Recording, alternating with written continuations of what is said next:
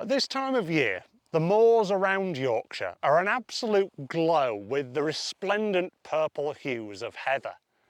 Even on a dull day like today, it smacks you round the eyes and says, "This is absolutely beautiful."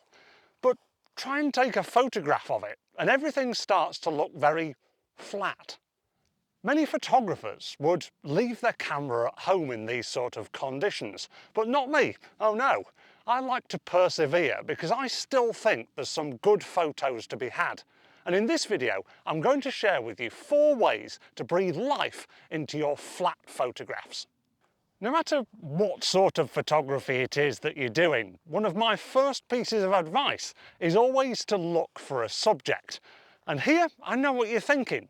You're thinking, Tom, what subject?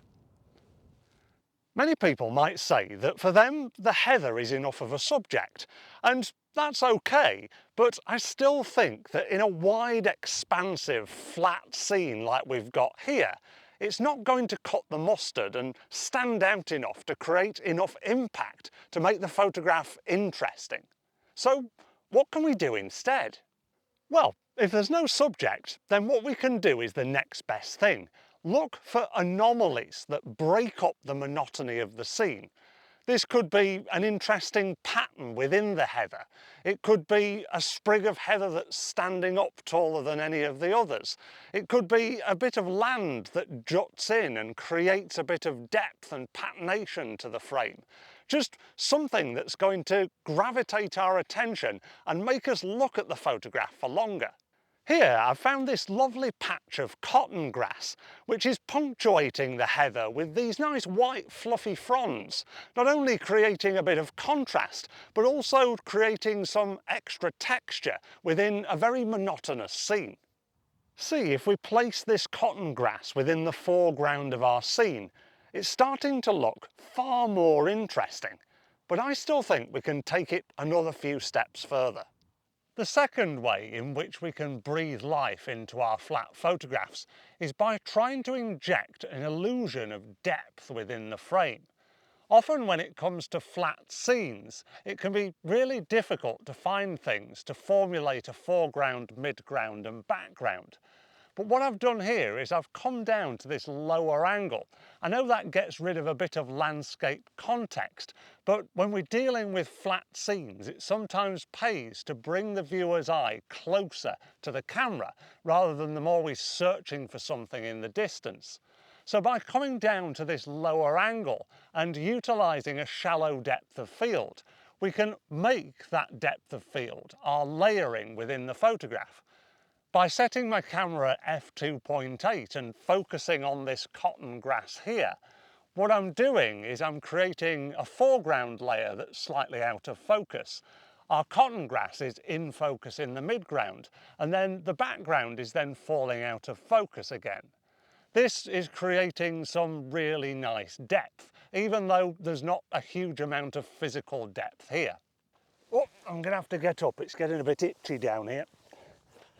Oh, that's better. So what we've done so far is we've found an anomaly, something that breaks up the scene, and we've created that illusion of depth utilising a shallow depth of field and lowering our angle, because the closer your subject is and the wider your aperture, the shallower your depth of field's going to be. But I think we can still take it a step or two further. My third way of injecting a little bit more life into our flat photos is to embrace the bleakness of the scene. Although the sky is looking rather uninspiring today, there's still a little bit of texture and contrast within it. So if we can slightly underexpose the sky to bring a bit more of that life into it, then it's going to make our photograph look a bit more moody and dramatic. Out in the field, you could use a circular polarizing filter to break through some of that haze in the atmosphere. You could use a graduated neutral density filter to darken the sky and still have the land perfectly exposed. Or you could do a bit of jiggery-pokery in post-production afterwards, bringing down a graduated filter to darken the highlights in the sky and maybe lifting a few of the shadows in the land. because that juxtaposition between the bright purple heather and a nice moody sky can look really quite fantastic. In a recent video that I posted called "Why Wide-Angle Lenses Are Bad for Landscape Photography," a few people asked me in the comments afterwards, well, when would I use a wide-angle lens then?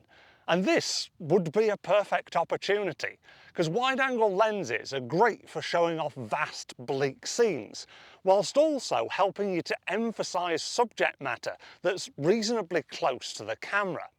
For my fourth way of injecting some more life into our flat photos, we're going to get a little bit creative. But don't worry, there's no photoshoppery involved. All we're going to need is a torch and a neutral density filter. I've put my camera down at that lower angle again, and if you think I'm getting on the floor for this bit, then you've got another thing coming, because I'm still itching from the last time. What I'm going to do is I'm going to put this neutral density filter on my camera and rank it up so it stops a lot of light coming in through the frame. Then I'm going to paint some light in for myself using this torch. What this will hopefully do is give a little bit more light and contrast and texture to the foreground heather, and hopefully help me to underexpose that sky a bit more to make it a little bit more moody and dramatic.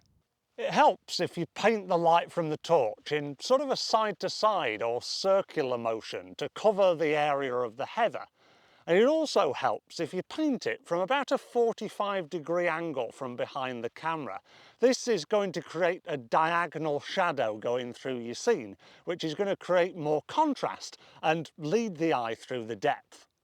If you marry this technique up by setting a warming white balance, say a preset of cloudy or shade, then that's going to really enrich the colours of the heather, and it's also going to make it look like the sun was out, bathing the moody sky beyond, even though it was just done through your torch. So there we have it. We started out with what was a really flat-looking photo. But by looking for anomalies within the scene, things that break up the monotony, by getting down to that lower angle, creating depth by bringing our anomaly further forward towards the camera and utilising a shallow depth of field, by embracing the bleakness of the scene, underexposing and making use of wide-angle lenses, and by injecting a little bit of our own light artificially, it goes to show that even in flat conditions, good photographs are possible. If you found what you've seen in this video useful, then wait until you watch this one, which has a fantastic 5-step process for breathing life into your boring landscape photos. I look forward to seeing you again soon. Until then, bye for now. Thank you very much for watching.